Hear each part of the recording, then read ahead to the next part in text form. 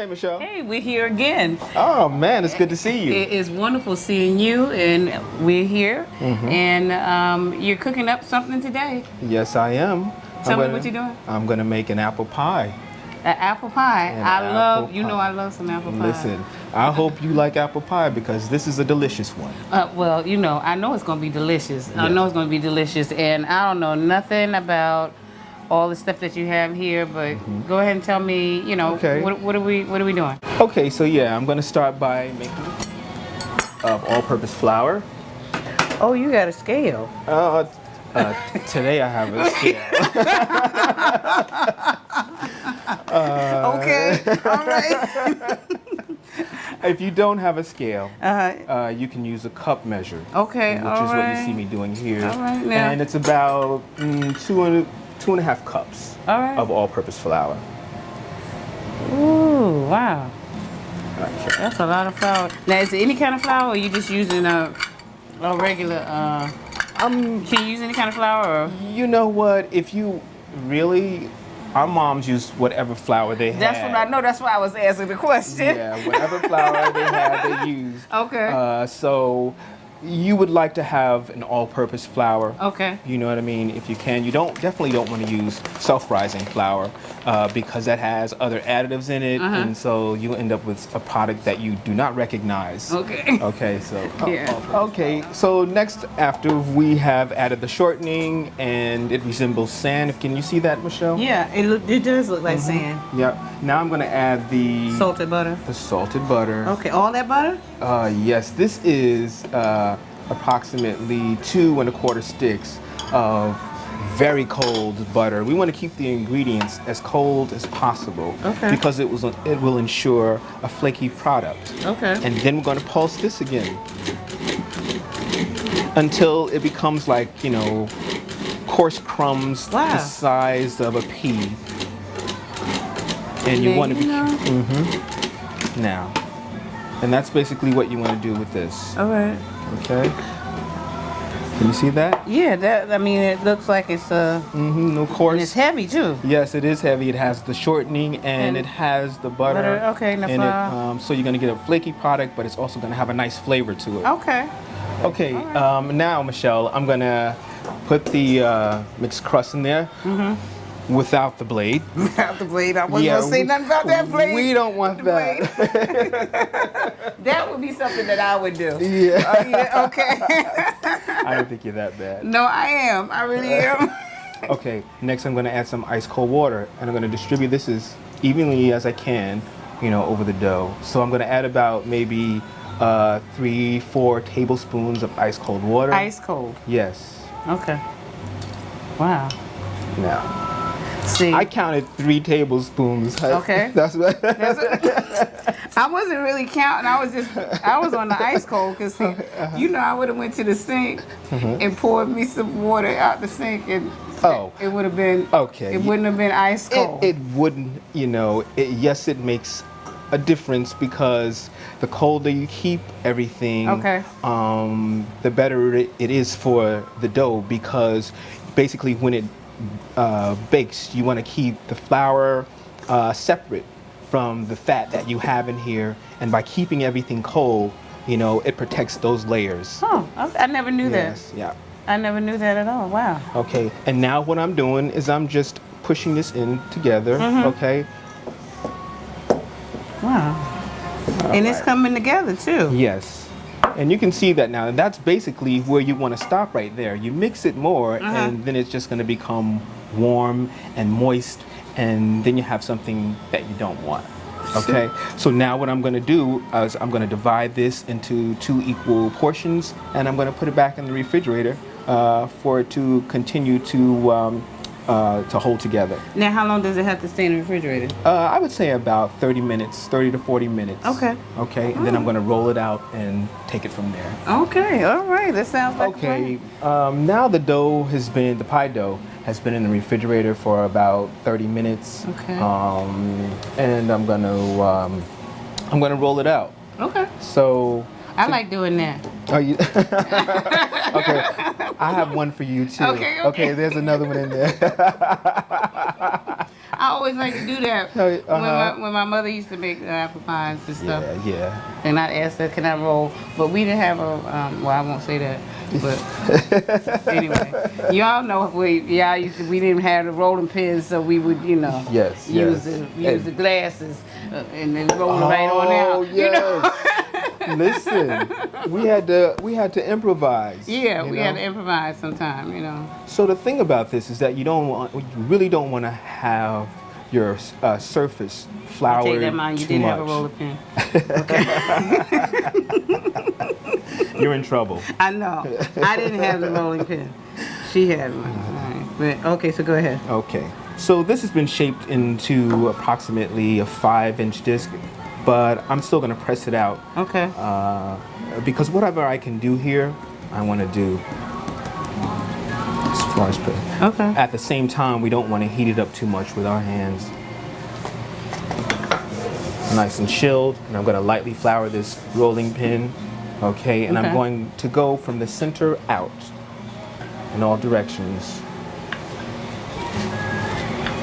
Okay, Michelle, now that we have our pie dough rolled out, okay, I'm just gonna roll this on the rolling pin. Okay. I like a nice thin crust, not too thick.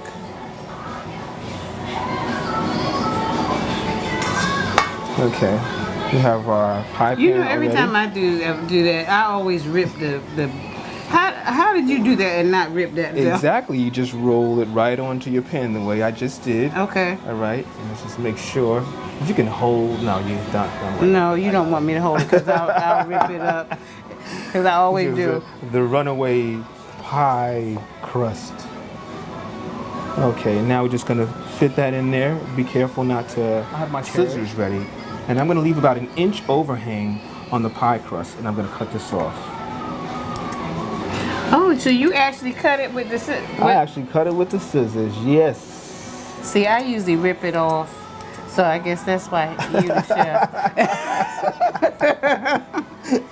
My pie is good, though, when it come out, though. I don't want y'all to be thinking that my pie ain't good, but, hey, it's not as delicious as this pie, but flavor. anyway, so I'm going to use some scissors from now on. Hey, but you have flavor, Yeah.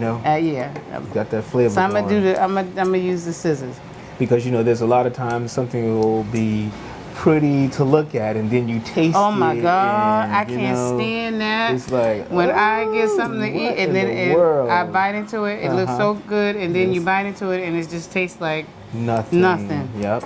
I don't like that. So if you make a flavorful pie already, that's half the battle. Now there are a whole bunch of techniques, but I just used this one. Wow, that looks just like the professional.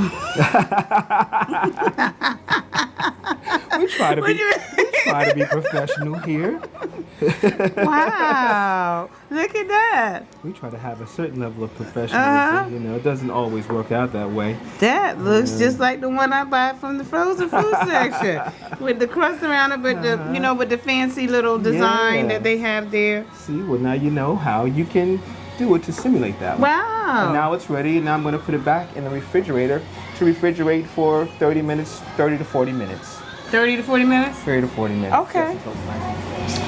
Okay, now that we have our chilled pie shell and I see apples. Yeah, we're going ahead and sliced up some apples. I usually like to combine the types of apples that I offer in the apple pie. And here I have some Granny Smiths. I have some. I like Granny Smiths. I'm sorry. Try some. Go ahead. Thank Go you. ahead. I'm sorry. Yeah, it's all right. It's not bad. It's not bad. They're very good. I have Granny Smiths. I have Gala apples, and I also have a Cortland apple. Oh, so you have 3 different types of apples in it? 3 different types of apples. Yeah, so you get different textures and some different nuances of flavors going on here. And I like a whole mix. Okay. All right. Okay, to those apples, they've been peeled and cored, and I've sliced them, I'd say, in about a quarter of an inch, and then half that. Because the idea is that, and I kind of get it from my sister, she never liked large pieces of fruit. Okay. So she can only take like small pieces of soft fruit. Okay. And I kind of like that philosophy too, because you don't want a big apple slice in your mouth. So these are like bite-sized pieces. Bite-sized pieces. Bite-sized I pieces. can work with that. Actually, I can work with the big or small, but okay, that's good. Okay. That's and good. now, okay, I've added a teaspoon of nutmeg, a teaspoon of cinnamon, about a tablespoon of cornstarch. Okay. And this is 6 to 8 medium to large apples. That's a lot of apples. Well, you know. That's an apple pie right Listen. there. You know how you go to the store sometimes and you get those apple pies, and you look at it and they got about 3 or 4 apples in the Yes. entire pie. This is an apple pie. This is an apple pie. This is what you call an apple pie. And as you'll see when it cooks down, you know, and I'm just gonna ladle this juice right in there. That's got a little bit of cornstarch in there, and it's gonna thicken nicely. Ooh, that is pretty. Ooh. I have a couple of pastry cutouts here that I'm gonna use as the top crust. As a top crust? Okay.